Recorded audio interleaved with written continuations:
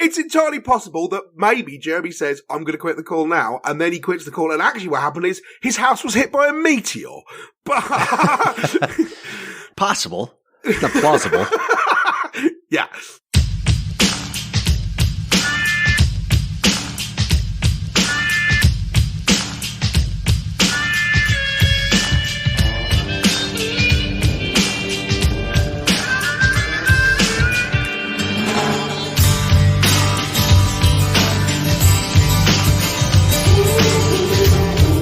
Friends and enemies, welcome to Bad Voltage Season 3, Episode 52, during which we will describe to you how the world has repeatedly kicked you in the head over and over again over the last month.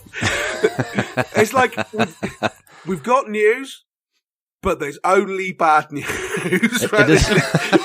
It is really not a list of uplifting items, I will say. Yeah. I honestly thought to myself, let's put some stuff in there which uplifts the human spirit, and there just isn't anything, man. It's just constant rain. No. Yeah. and just when you feel like the universe is like just pushing your head into the gravel, then Mr. Donald Trump announces his presidency.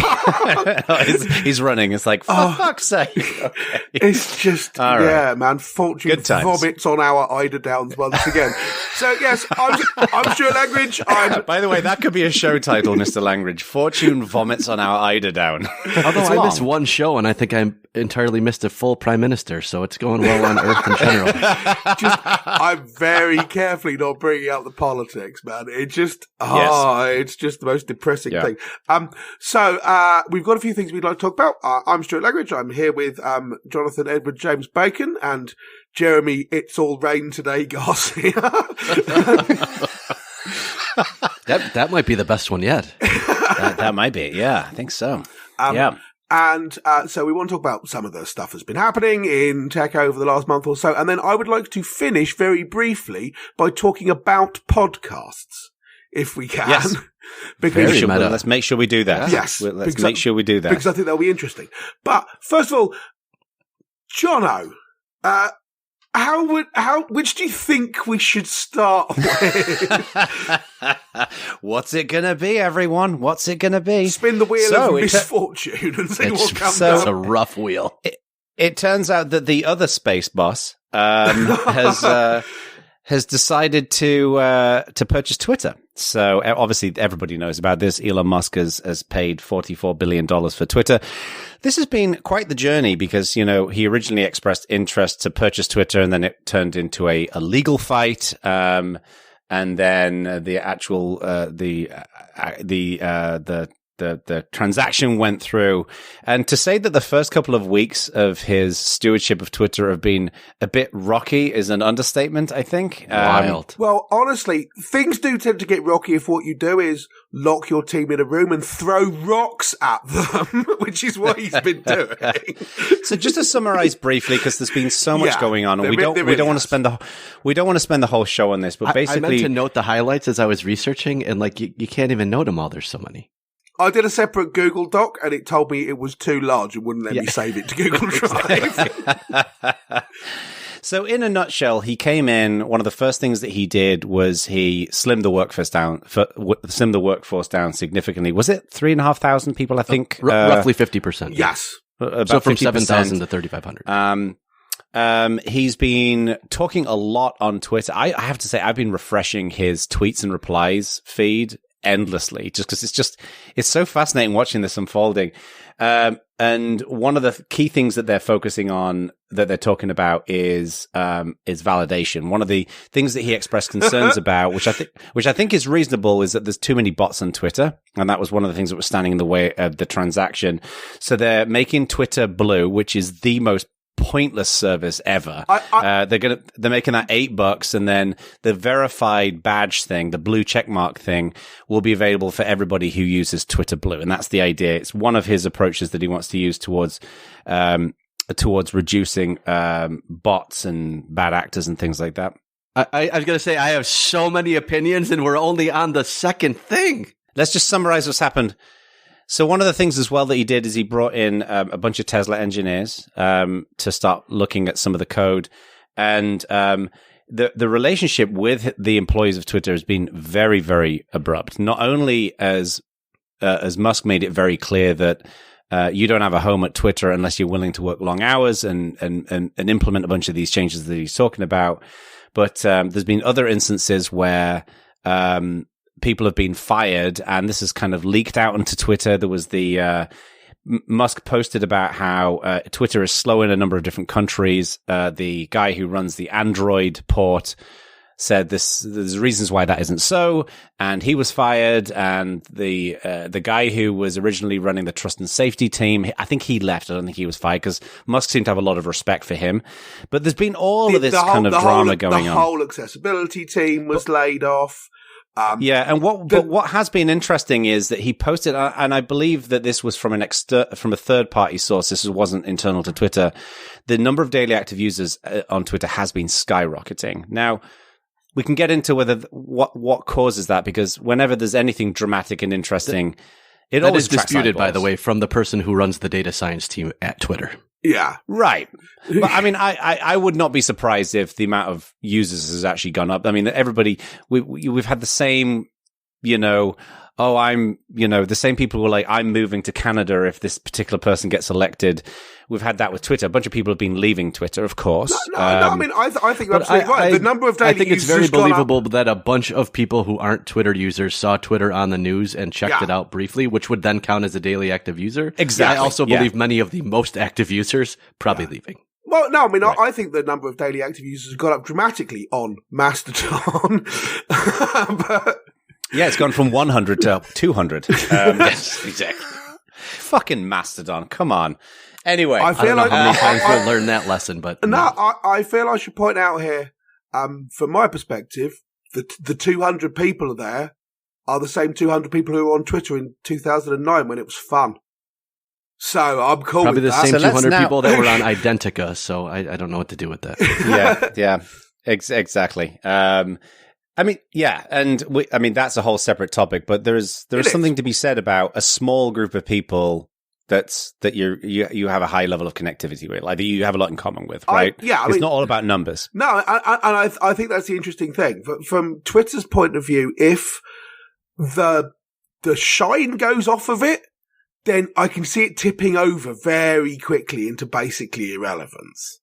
So what do you guys think? What's your overall, I mean, we could dig into each of these individual things, but what do you guys, why don't we start with you, Jeremy? What's your take on that? So, oh man, I have so many opinions here. So let's cover the Tesla engineers thing is easy. It's just a wild breach of fiduciary responsibility from the CEO of Tesla.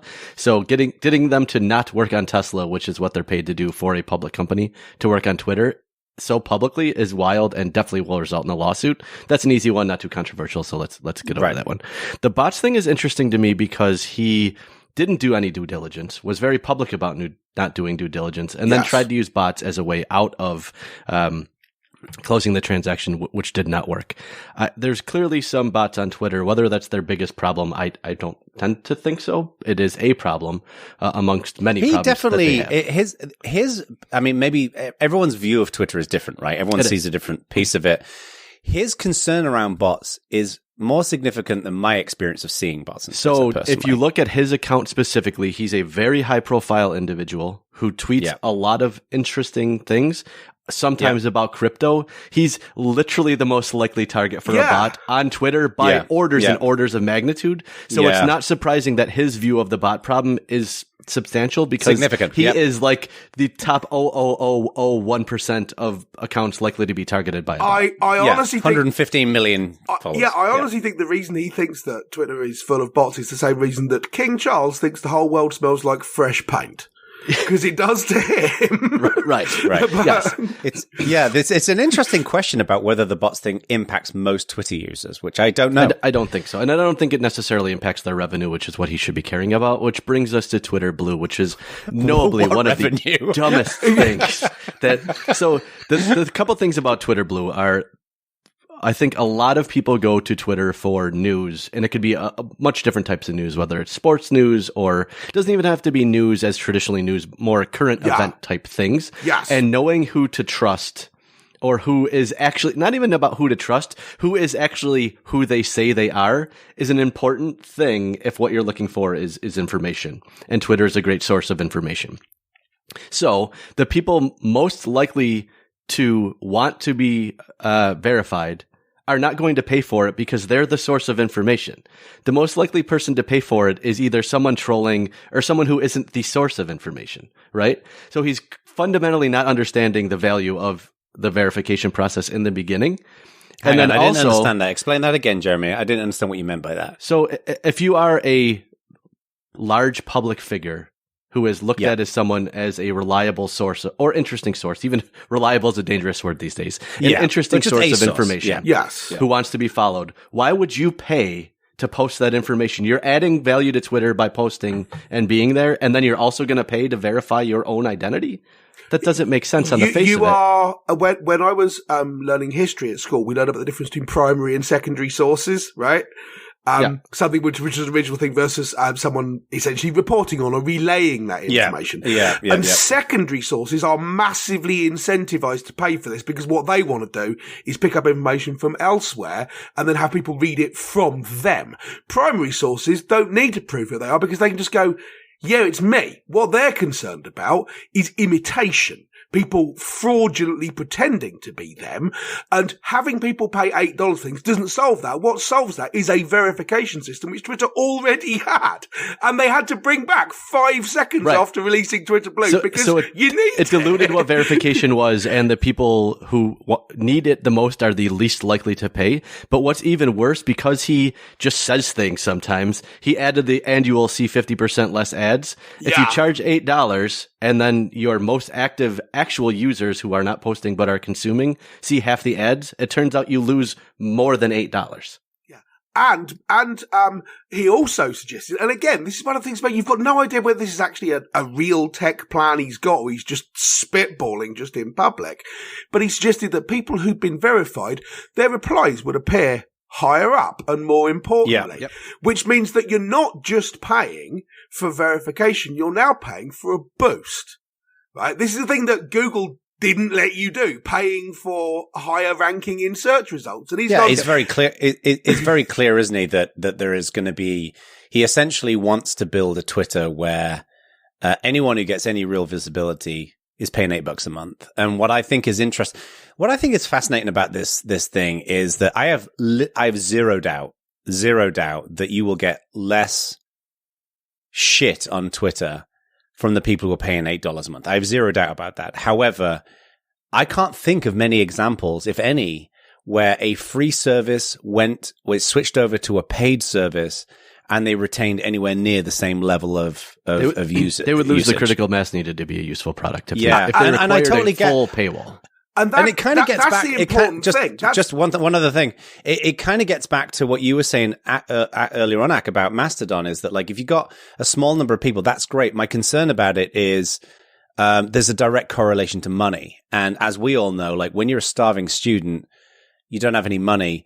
$8 a month is a lot of money for you, and you know if you're living, you know, ramen and pot noodle to ramen and pot noodle, you're not going to spend $8 a month. So to me, I like the idea of basically limiting the of prioritizing the visibility of content on Twitter. Like it will always be free, but where some kind of verification will significantly impact visibility. But to me, there's got to be a means in which somebody who's poor can earn that and can demonstrate that without a pure dependency on $8 a month. Otherwise, I just think they'll I think most people won't pay for it. So, to me, the concerning thing ought to be for Twitter that it's not the most popular social network. It's not the place where everyone spends their time, but it's the place where a substantial proportion of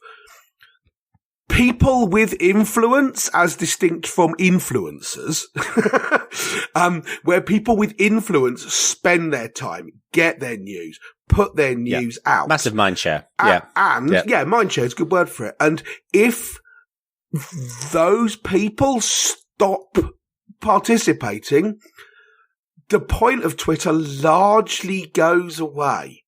It does.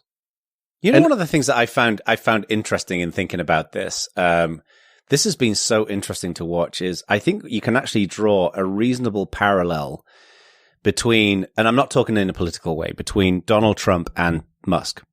Like, one of the main criticisms that people have towards Donald Trump who are conservative is they like his policies, they believe he understands normal people, but they just want him to fucking get off Twitter, right? That was always the criticism that a lot of people would leverage. And what I find interesting about what Musk is doing is I have no doubt that when he took over Twitter, that it was, I mean, it's been well known in tech as being a horrendously mismanaged company that's got way too many employees. Yes. And they, like, Twitter blew the day before he took it over. I mean, all you really got to pay for was editing tweets. That was the only really meaningful thing that it offered. It wasn't a product that anybody wanted. They were struggling. It's a shitty advertising platform for anything beyond brand advertising. So there were all these problems. I have no doubt that he will slim it down. I think that he'll innovate Twitter much in interesting ways. I think he's a better technologist than the people who were running Twitter beforehand.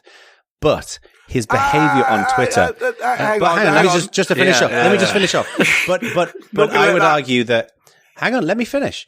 I think his behavior on Twitter, and especially the way they've been dealing with their existing employees, it's just it's very Trumpian, right? Like, you know, I don't 100% buy into if you criticize him on Twitter, you get fired. I just don't believe that.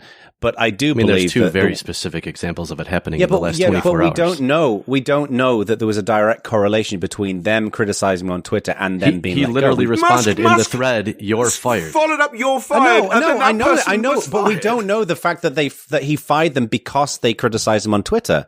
They may have had horrendous performance at Twitter, and that's the reason why they were fired. But the guy also that he responded, "You're fired," to led their Android team for the last 6 years. Yeah, but that doesn't mean that they're necessarily he made it through the first round of layoff. 50% of the company got laid off, and he didn't. Of course, but what I'm saying is we cannot categorically state that the reason why they were fired is because they criticized him on Twitter. I don't understand why you're prepared to give him the benefit of the doubt in that specific example. I'm not giving him the benefit of the doubt. I'm not giving him the benefit of the doubt. I don't know either way. I'm not saying that they were or they weren't fired for criticizing him on Twitter. What I'm saying is we don't know.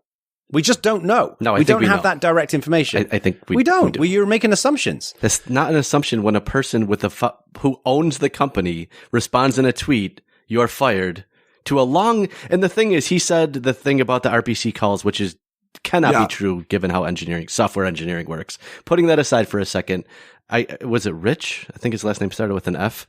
Responded with a pretty detailed, here are some of the technical debt that we have, and here's why we'd have to get rid of features. And it was a pretty reasonable, in-depth technical response. But people started sniping at him, and he sniped back at a couple people, and it ended with Musk saying, "You're fired," and he's fired. There's no assumptions there. Yeah. No, first of all, if I say right now, I'm going to end the Zoom call, and I end the call, are you going to assume, it could have just been that Zoom had an outage at that exact second? We can't assume that he actually ended the call. It just happened to be, he said he was going to end the call, and then the call ended. I mean, it's entirely possible that maybe Jeremy says, "I'm going to quit the call now," and then he quits the call, and actually what happened is his house was hit by a meteor. Yes, that is possible. It's not plausible. Yeah. No, but my point is from what I remember, and I'm looking it up now to see if I can find it, that he said he's fired.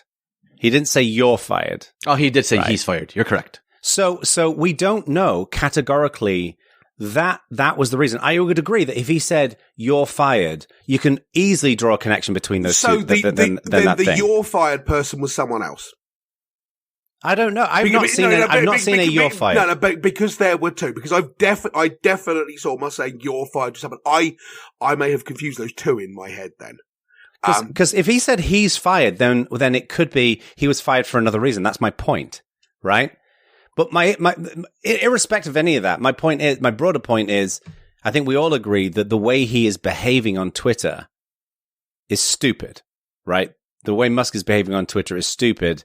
So I have no doubt that he I have no doubt that he will build better technology than the engineering. I don't know what the fuck I'm the Twitter glad leadership that team were someone doing. who actually wants to iterate on product is running Twitter. I don't know that I wish it was him, but it's very clear that they had a odd engineering culture that they were known for having a rest and vest culture, and given the number of products that they ship, I will tend to believe that. So I think it's reasonable to say they were too many people that worked there for what they did. I think it's reasonable to say they needed someone with better product vision and someone willing to execute on the engineering side. All of those things plausible. And that's why I wanted to push back a little bit. So I will absolutely buy that maybe he's a better manager of a technology company, maybe a better visionary, maybe a better CEO. No real comment or honestly opinion on that. I can see the point about someone with a product vision or someone who wants to push that forward.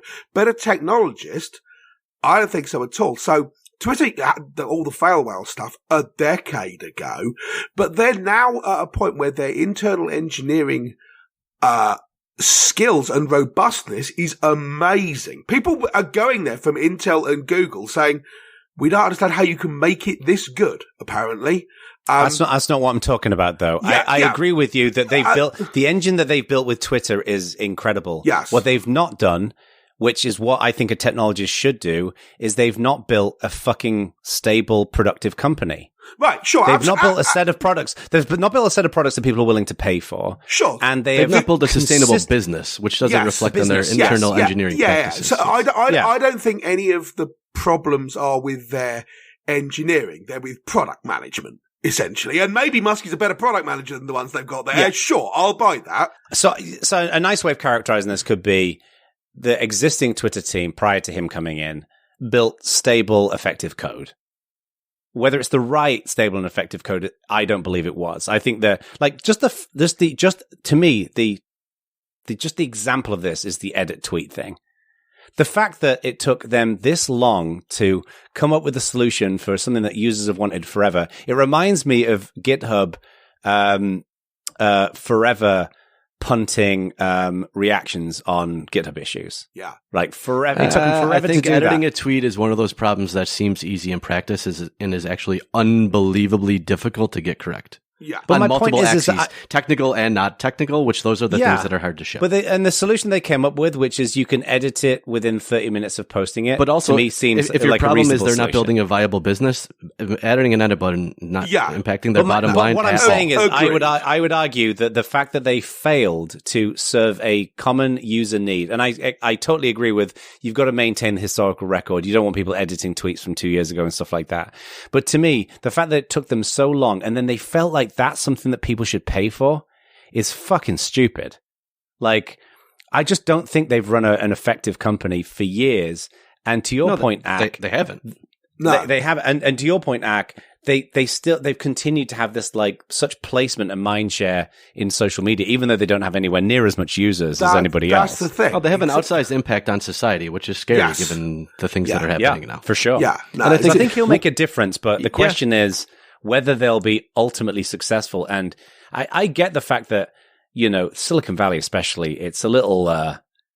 this is almost turning into a Silicon Valley episode for what it's worth. Yeah. Yeah. And I get that he had to make some difficult decisions, but I just feel like there are ways of handling these things, and he just did it in such a... When he walked in with the sync and manner. tweeted, in the Twitter headquarters, let that sink in, you knew it was going to be a wild ride. I gotta say, I thought that was hilarious. Man. It was... It's just, you got to feel like you're the richest man in the world. You don't have to play up to a bunch of 18-year-old yahoos who think you're hilarious on Twitter, right? The other thing I'm a little bit surprised at is how Pollyanna she's been about free speech. And I was earlier in my life as well. Like I was never a free speech maximalist, but I was always quite pro free speech. And then you run a site as popular as LQ and you realize if you let people say whatever they want, you will magnify the most atrocious of voices to the point that no one else wants to be there except for the toxic people. Exactly. And that is just a fact of life that it was difficult for me to learn. I thought as an industry we had learned a long time ago, and he seems to now be learning as advertisers leave, from what I can tell, in mass, that like you can't just his viewpoint was so naive that I'm a little bit surprised, because he doesn't seem naive in many other ways. and I don't know whether I think this is actually justified, but I find it difficult to avoid thinking this, that he seems to feel like, in the same way that Trump does, that the rules don't really apply to him because he's just great. And maybe he's justified in thinking that, but saying, well, yeah, no, we'll do this, and advertisers going, if you do that, we're going to bail. And the vibe seems to be a combination of, well, if you bail, we'll just do without you. And no, well, you won't actually, because you need to be here. It's this kind of rude awakening coming. And it feels like, I mean, I was only about half joking about the 18-year-old Yahoos thing, right? You said he's like Trump, and yeah, being radicalized by the shoutiest members of your own fan base does seem very similar for both of them. One of the reasons why I think the analogy with him and Trump is works surprisingly well as well is that to me, this is going to be difficult to explain. I think one of the reasons why, and obviously we don't want to get into politics and whatever, but I think one of the reasons why Trump became so popular with that side of the political fence is because his supporters feel like he's willing to deal with the realities of what needs to be done in the world and not bow to political correctness and whatever else.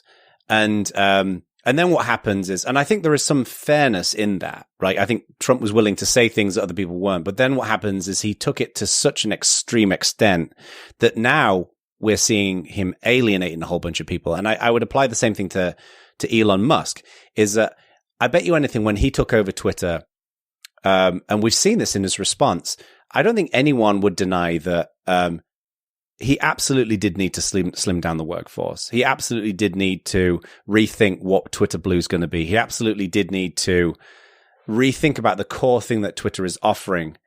And I think that's reasonable. And slimming down the workforce, anyone else would have couched this through PR departments, and he just ripped the Band-Aid off. And I kind of respect him for that. Possibly breaking the law in multiple municipalities. Well, that's a separate question. But then in a very similar way to Trump, he's now taking it to the extreme where he's not just dealing with the uncomfortable realities of shaking up Twitter more effectively. He's just being a prick about it in some ways. And that, I think, is where the analogy kind of really ties up. I just wish he'd dial it back, do the necessary work, and that will mean making difficult decisions. But you see, I don't even think it's about making difficult decisions. It would be about explicitly not doing that. Explicitly saying, okay, this is not the time to tear the Band-Aid off. This is time we've done a whole, let's fire half the team and, it's all about RPC calls, which it isn't or whatever. Now it's time to take some sensible, measured, long-term planning decisions. But if he says that, all the people who think he's cool stop thinking he's cool because his whole... I don't think he cares about that. The whole, if you want to work here, let us know by 10 p.m. East if you're hardcore or not. I don't know if I think that's good and is going to stay, but I'm glad you mentioned that, Jeremy, because that to me is the perfect encapsulation of what he shouldn't be doing. Yeah. Right? What you want is psychological safety in an empathetic, driven, hyper-intelligent leader, not whatever that is. And that's where there's no, like you said, Jono, there's no reason why he had to do that. Sure, if what he wants is people to work really hard, and that's the culture that he wants to inculcate in the firm that he now owns, I wouldn't agree with that, but he's entitled to. He owns the firm, whatever. But he doesn't have to be a complete tool about how he presents it to them. And he did that anyway. And part of that is because I think if he went, okay, I want to do this, but I want to make it as soothing and reasonable for my team as possible and not basically look like the colossus bestriding all your conventional rules, then he'd stop being Elon Musk. You know, I'm not sure. I don't think that he is making any of these decisions based upon the optics of what his supporters or other people will think. This is my guess. And this is where I would agree with him, frankly. I think he looks at the culture of big businesses in Silicon Valley and thinks they're absurd. I think he looks at, there was all these TikTok videos that were going online with people who were talking about their day at Facebook and Twitter and whatever else, where they talk about, these people, they get into work and there's a whole barista coffee bar there, and there's ping pong tables and there's yoga rooms and there's all of this stuff, right? And I get why we all know why big companies have been doing this, because that's how you hire people, right? When Google started offering free lunches and dinners and haircuts years ago, it started this trend. Google are responsible for this as far as I'm concerned. They played a big part. Yeah, I think what he is doing is he's looking at all of that and being like, and this is where I agree with him, is like, all of this shit is completely getting in the way of building great stuff. Like, definitely create, I'm not saying you shouldn't have an empathetic, psychologically safe environment. Of course, that's a requirement, but sounds a little bit like you're saying. I'm not. The same as, I don't want to get into politics, but, and then you get into politics. No, I'm not saying that. I'm not saying that at all. If I had $1 for every time you did that, I could buy Twitter. No, I'm not saying that at all. What I'm saying is you should have a psychologically safe, empathetic environment, but I think you can do that without having a coffee bar and ping pong tables and yoga rooms. And I think they've become the excesses of Silicon Valley, and we see this everywhere. We don't see this in hardly anywhere else in business in other parts of the world. Like, no, but I'm guessing most companies in other industries. It's clear that software engineering was an industry where the demand far outstripped the supply. So there was a competition for talent that was outrageous and not sustainable. Yeah. And it's clear we're dealing with some of the ramifications of that now. But the way to wind it down is not the way he's doing it. Like, will some of those perks go away over time as margins are compressed and layoffs happen and other things that we're going through? Yes, they will. Organically, some of them will go away. Some of them will stay. The reason Google started providing lunches wasn't just as a perk. It was so you didn't leave, because in Mountain View, getting to lunch takes 2 hours. It's because they wanted you to stay on campus. So the $25 excellent lunch that they provided saved them a ton of money because of what the average salary is. So that one, that's good for the bottom line, not bad.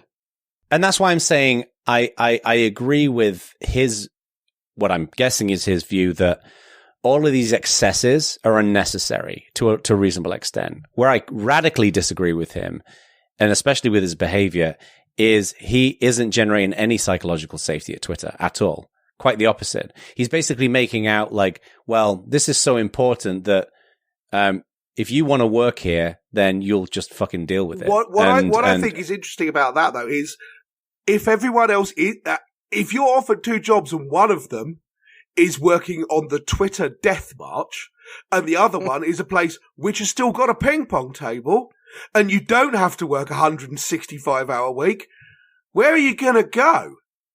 Like, what's the incentive for people to go and work there then?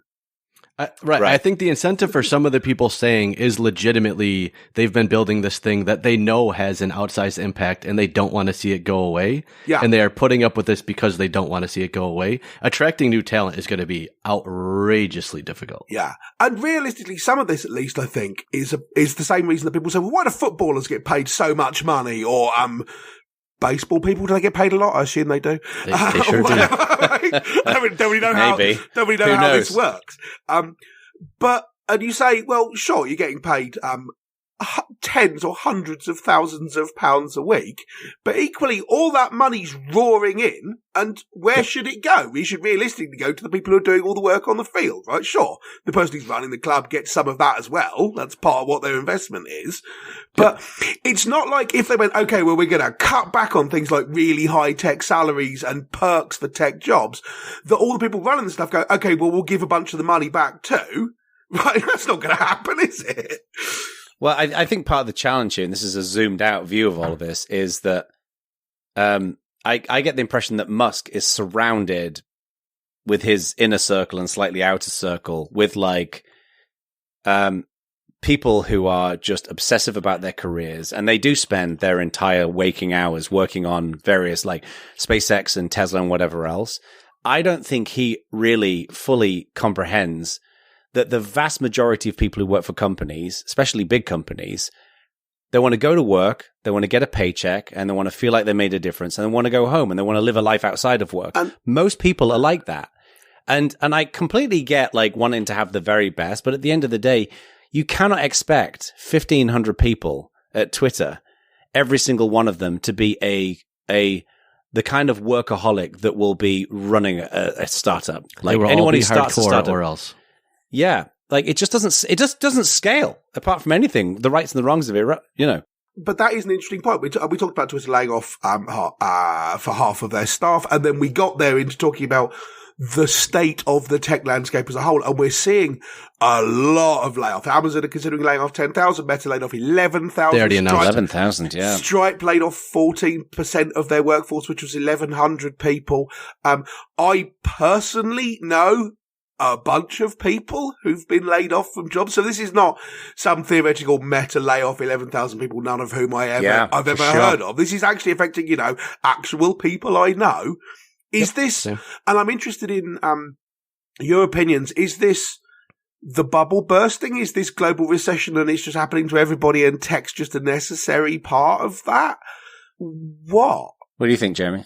I mean, I think with interest rates at zero, as long as they were, a lot of money went to very questionable things. There definitely was multiple different minor bubbles. I don't think there was anything like the .com bubble or anything like the financial crisis bubble in housing, but there's clearly some unsustainable practices, and the worst of those practices tended to be in tech.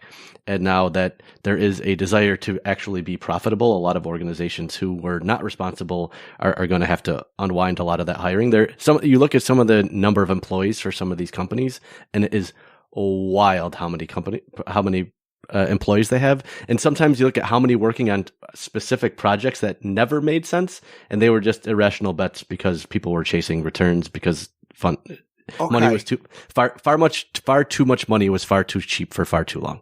That's so what Stripe said was that basically that after COVID they scaled up too fast. They looked at it and went, oh wow, we could really do well here, and we need to start catching up. And it turns out the new normal looks a lot more like the old normal than a lot of people thought it would. Yeah. So they hired twice as many people as they should have done, but that's relatively short term. That's something short. The pandemic happened, which screwed up everyone's predictions and plans, and every graph of the last 5 years has this weird bit in the middle where nothing was right, and you can't make any predictions at all. It's like trying to come up with a plan for what happened in the 30s and 40s without mentioning the war. For God's sake, it's ridiculous. But a lot of that stuff is very short term. It's basically post-pandemic.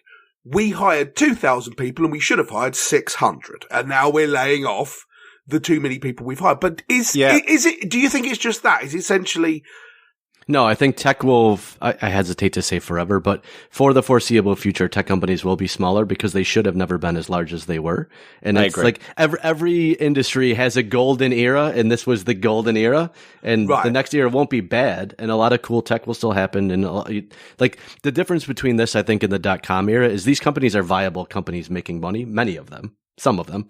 So it's not going to be like an entire wipeout of an industry, but I think that it was just a lot of irrational exuberance, to use a term from the last one, that is just wasn't sustainable. And I think a lot of things happened at once, between inflation happening because of the pandemic at the worst time for this particular situation, potential energy crisis in the EU. Like there's a lot of things happening all at once that I think the next year is probably going to be. I have a dimmer view on the next year, I think, than a lot of people do.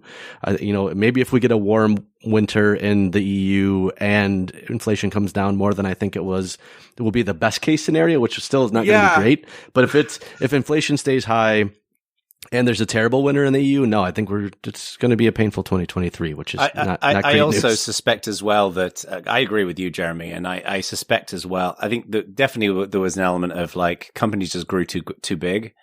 There was so much money flowing around, but I have a suspicion that if you take Meta, for example, and I don't know anything internally about Meta, this is just a guess, of those 11,000 that got laid off, I would hazard a guess that the number of people that they actually needed to lay off was probably closer to 8,000. And I think Meta, a lot of companies, they have 20 or 30,000 more layoffs coming. No. Hang on. What I'm saying is, I think of the 11,000 that they publicly laid off, I'm guessing that the core amount that they actually wanted to lay off was close to 8,000. But I think they used this as an opportunity, like lots of companies, to quote unquote clear out the dead wood. I think people are using the economy and this prospective recession as an opportunity, because getting rid of people, especially in California, is difficult. And I think a lot of people are saying, well, the reason why we're doing this is because of an economic downturn, but they're actually using it as an opportunity probably to get rid of a bunch of low performers as well. Will be my suspicion. Yep, I would buy that. So, who knows? We'll see what happens, but, fewer ping pong tables. I gotta say, the first time I ever stepped into a WeWork when I started consulting, and this company was working at WeWork, and I went out to get a coffee, and there were people playing ping pong at 1:00 in the afternoon. And I was like, I've literally never wanted to play ping pong during the day. I don't think I've ever wanted to play ping pong at all. At all, in the slightest. So, yeah.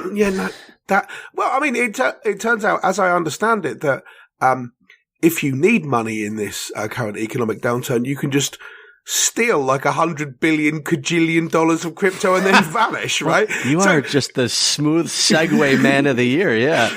Do we have enough time to talk about FTX? It's such a wild story. I literally ought to be on one of them things with the two wheels that you can ride out on, but they were a segue, weren't they? Right?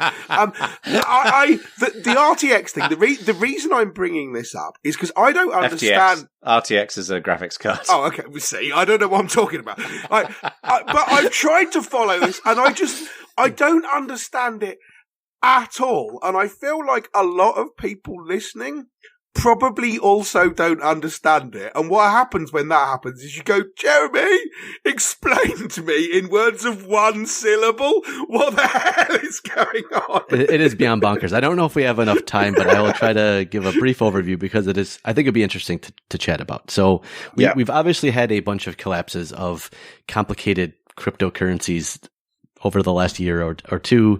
Luna stands out as one, but this one is, I think, less of that and more just good old-fashioned fraud. But to cover it briefly, Sam Bankman-Fried, who liked to go by SBF, was a 30-year-old ex-quant who started a crypto hedge fund called Alameda and a crypto exchange called FTX. For those of you who are into finance as opposed to tech, you will know that this would, for most of the years of the United States' history, been illegal because of Glass-Steagall, which got repealed before the financial crisis in 2008. So that in itself is currently legal. So what happened was the hedge fund portion allegedly, and I don't know that I believe this anymore, made a ton of money early in Bitcoin using what was called the kimchi premium, which was basically in Korea and in Japan, because of the vagaries of how the exchanges worked at the time. Bitcoin was worth like 15 grand there and 10 grand here. So you could, if you knew what you were doing, you could buy a bunch in the US and sell it and keep just regular financial arbitrage, nothing special. Standard arbitrage. That's how he's saying that's how he's saying he bankrolled Alameda, then started FTX because he wanted a better exchange. So the exchange is where you go to trade. His hedge fund was basically investing in crypto companies. It turned out they weren't very good at investing in crypto companies and lost a substantial amount of money. It's still being litigated. It's very early, but somewhere $8, $10, $12 billion seems like about what he lost on the hedge fund side. So when he was also taking out short-term loans as one of his finance sources on the hedge fund side, which turns out if you're taking out short-term loans and then investing in long-term investments, you're probably going to have a bad time. When he had a bad time, what he did was look at the pool of money on the FTX side and say, that's a big pool of money. And he just started taking it out of the FTX side. Yeah. Now, how FTX was funded is also an interesting crypto thing. So let's say I create 1 billion tokens and I say, I have these tokens. They're great. You should buy some. And you buy 10 for $1 a piece. Yeah. And you're the only one that owns 10. Now, in theory, I have $1 billion market cap. Right, yeah. Right? So what that's called in crypto is the diluted market cap. What I really have is a market cap of $10 because the tradable coins that you have is $10. Almost all of FTT, which was the token that they had. So if you look at FTX's balance sheet, a ton of it was FTT. And it was that exact situation where they created a coin, sold a few, and then said they had that much money, which they, in fact, did not have. Yeah. So it is really just mostly straight up fraud. And then he got into an argument with CZ, who runs the largest exchange, which is called Binance. And they were like investing in each other. And that part, we're going to learn some things about that specific relationship, I think. But eventually, Binance called out that FTT looked like a scam. There was a bank run on the token. It turned out the money wasn't there. The token basically went to zero, and FTX and Alameda imploded. They're both ostensibly in the Bahamas, so I think the CEO of Alameda is trying to get to, I forget if it's United Arab Emirates or Qatar, somewhere that doesn't have a extradition agreement. I think he's still in the Bahamas being questioned by them. But like, people will definitely go to prison here. I also see that he's trying to get funding where he would get $12 billion to cover this gap, and what he would be offering for the $12 billion will be wild to see. He texted Elon Musk about it to try to get $5 billion. He did that. I saw, and Musk called him out and said he didn't believe it. But the whole thing is filled with like weird detail after weird detail. At one point, the co-founder, whose name Gary was his name, he was actually from Google, built a backdoor into their accounting software where they could just arbitrarily change things. And then SBF said the only source of truth, don't ignore what's actually on our balance sheet. This accounting software is the real source of truth. And they were just straight making things up. This is not particularly crypto based. It's just straight up and down fraud. Yes. This is like Nick Leeson or something. So what's interesting to see is, I think I've always been of the mindset that there will be an interesting application of blockchain. I think it's an interesting technology. My guess is it's really only interesting in some very specific cases, mostly financial people, traditional financial people, but also maybe some supply chain things. And like, it will have its uses. Crypto has certainly been a wild journey. I can imagine if you're like a Web3 fan and you have this vision of like a decentralized crypto future, that these kinds of cases are infuriating because, first of all, FTX is in no way decentralized. It's centralized, right? It's a centralized crypto exchange. Yep. But every time something like this happens, it erodes trust in the idea of crypto, and it erodes trust in the idea of Web3. And I can imagine that pissing a bunch of people off. It's almost, I mean, in this case, like, just because Madoff was a Ponzi scheme doesn't mean the entire stock exchange is. So you don't want to correlate the two things. What's been wild for me, who is a fan of finance and the history of finance and a lot of the more technical details of the space, what crypto seems to want to do is compress the last 140 years of learnings in the space into like a decade. Yeah, they're just fast forwarding the entire history of the mistakes of finance. It's like, it's amazing. This is why laws against stock market corners exist. I get it now. This is why you can't do Brazilian straddles. I get it now. I know this is harking back to something I said earlier, but it does feel like a lot of people are like, well, those are like the old money rules. They don't really apply to us because we're doing something new and exciting with a different currency, right? And you're no, man, that's not what it is at all. One thing I would like to have a longer conversation about, which we definitely don't have time for today, is I actually tweeted out about this yesterday that it seems to me that the vision of Web3 and decentralization, which I think we probably all agree would be a good thing, especially given the amount of control a small number of companies have in tech. Yeah. Maybe we don't all agree on that, but that's all right. This is a longer conversation. So that is point one of the discussion. But the fact that we keep ending up generally with these centralized exchanges suggests to me that there is the analogy I would have here is the difference between free software and open source. Like free software has got this big ideological view, and it seems like the ultimate Web3 decentralized world is largely ideological in nature. But the reality of the world that we live in is resulting in these centralized exchanges, which is where people are interacting. And I just think there's an interesting discussion there around, could the pure vision of Web3 actually happen in the reality of the world that we live in, where the people who build technology and services are usually big companies and they want to own what they're doing. They don't necessarily want to decentralize everything. I just think there's an interesting discussion there that we should have. I mean, mate, yes, it is an interesting discussion. Maybe we should talk about that on the next show. We should talk. Because I don't know fucking anything about this stuff, and Jeremy knows way more about it, and Ak, you're somewhere in between the two of us. Like, it'd be interesting to dig into that. There is still a very early minted incorrectly spelled bad voltage NFT out there for those of you interested. Wow, don't hear as much about NFTs anymore, do you? Crikey. No, you do right, so, very briefly. But I heard people say they're the future on Clubhouse. So we have to get going, but there are two very brief things I wanted to I mention before we go. So they're both about podcasting. One of them is that this podcast is edited by Marius Quabeck at NerdZoom Media, who is amazing. Yes, which is nerdzoom.media, and he's great. And if you want stuff done for your podcast, go talk to him. Yeah, he does video as well, people. He's very, very good. He's done a bunch of work for you, hasn't he, Jono, I think? Yeah. Which is really cool. He's absolutely fantastic. Yeah. Yes. And then the second thing is, because we were talking about, podcasts we listen to and how long they should be and so on. And it's interesting because a lot of podcasts are less than half an hour.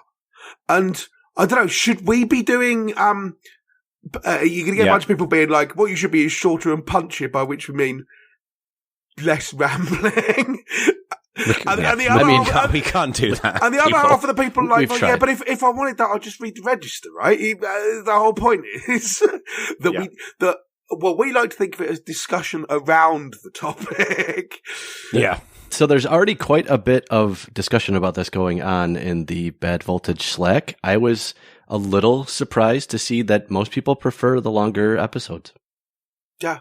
Yeah, but we are interested in your thoughts. So send a message on Twitter if you get a chance before it goes away, or there's the Bad Voltage Slack, or Mastodon, community.badvoltage.org, or maybe we haven't got a Mastodon account, but I've got one. If you want to send something, we could also add that to the list of things to talk about next episode, because I have opinions there too. No, I think that would be interesting. That would be interesting. I'm gonna put some notes in the show notes. Put it in the show notes. I'm gonna write. Jeez. I'm gonna write. Maybe notes in the show notes. Who would have with thought? This new level of professionalism? Maybe we could not ramble. Yeah. So I've writing things into show notes. So I've written down Mastodon, and then I've written Web3 equals scam, and then we can talk about both of those in the next thing. And how long we'll talk about it, we will leave up to you, listener. So go to Bad Voltage Slack and let us know. You're not allowed to say 0 minutes, okay? That's not nice. But yes, do let us know. We got to get going. But hooray! Thank you for listening, and we'll see you in the next one. Peace out, everyone. See you in the next one.